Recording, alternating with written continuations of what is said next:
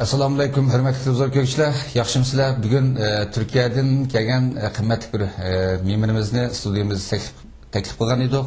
Avval sizlarga bu qimmatli me'morimizni turishtirib o'tay. Bu bo'lsa hurmatli Abdujil Turan apandim. Abdujil Turan degan bu ismni xili ko'pingizlar anglagan bo'lishingizlar mumkin. Chunki nurg'unlagan mushattalardan nashr qilinayotgan nurg'unlagan kitoblarda bu Abdujil Turan apandininki ismi bor. Abdujil Turan Efendi o'zi Turkiyada tasdiqlangan Taklamakan Uyg'ur nashriyatining qurg'uvchisi ham uningki boshqaruvchisi mudiri, shundaqla dunyo Uyg'ur qurultiyi tashviqot nashriyat komitetining mudiri hozirgi vazifasi. Bu sizlarga ma'lum bo'lsa kerak, bu Taklamakan Uyg'ur nashriyati hozir chet ellarda hech bir davlatga, hech bir tashkilotga, hech bir siyosiy kuchga beqilmagan Uyg'urlar tomonidan bevosita boshqarilayotgan birdan-bir bizning chet eldagi birdan-bir nuqtaliq, eng nopozliq birdan-bir mustaqil bir nashriyatimiz. Bu nashriyat qurilgandan buyon Uyg'urlarning tarixiga, madaniyatiga, san'atiga va dinimizga oid turligan mazmundagi, turligan janrlardagi nodir asarlarni nashr qilib, chet ellarda ki Uyg'ur qarindoshlarimizninki ehtiyojini to'ldiryapti. Shundaqla nashriyat sohasimizda bo'lib, chet ellardagi nashriyat sohasimizdagi zo'r bir bo'shliqni to'ldirib kelyapti. Xo'sh, Abdujil Turan apandim, qimmatli vaqtingizni chiqarib ziyoratimizni qabul qilganingiz uchun sizga alayda rahmat aytaman. Abdujil Turan apandim, hozir bayda o'tganimdek sizlarning bu Taklamakan Uyg'ur nashriyati chet ellardagi birdan-bir mustaqil bir Uyg'ur nashriyati, ya'ni Uyg'urlar tomonidan biroz boshqalayotgan. Sizlar bu nashriyat qachon qurilgan, bu nashriyatni nima maqsad qurganinglar, bu nashriyatni qo'yish hikoyani vaqtidagi g'oyanglar nima edi? Nashriyat 2000-yilda qurilgan, ammo uning asosi 95-96-yildan boshlab asoslangan Taklamakan Uyg'ur nashriyati rasmiy qurilishdan bo'linma kitoblar chiqarishga boshlab 2000-yil kelgan vaqtida texnik kengaytirish maqsadida Taklamakan Uyg'ur nashriyatini ta'sis qilib kitob chiqarishga boshlagan.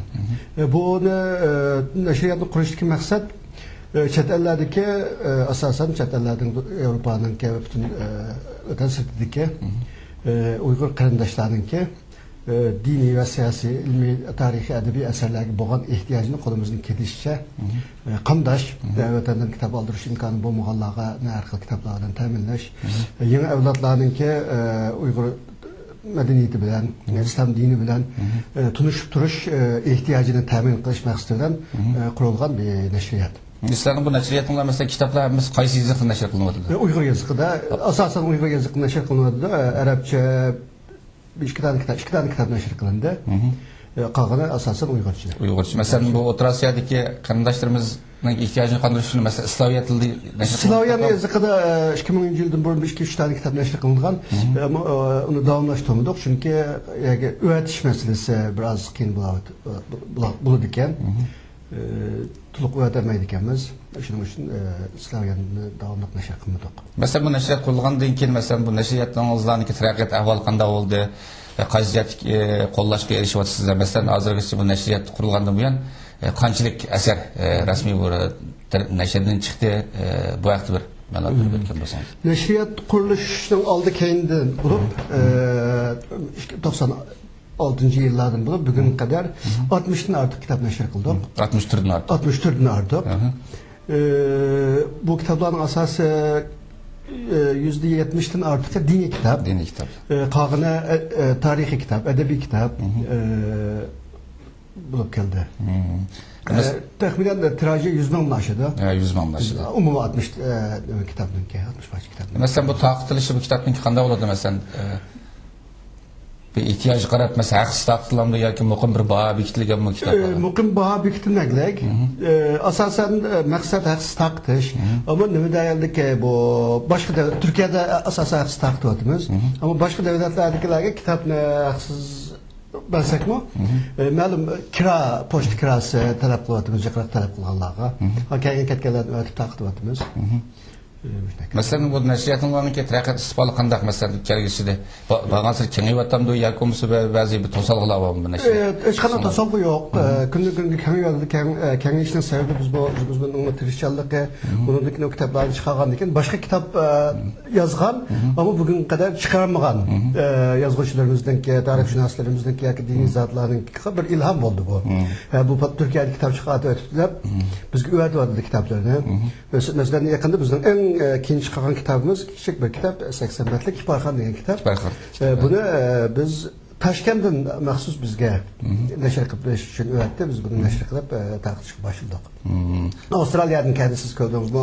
Ko'zda yashirinlangan zaminni Avstraliyadan o'tdi.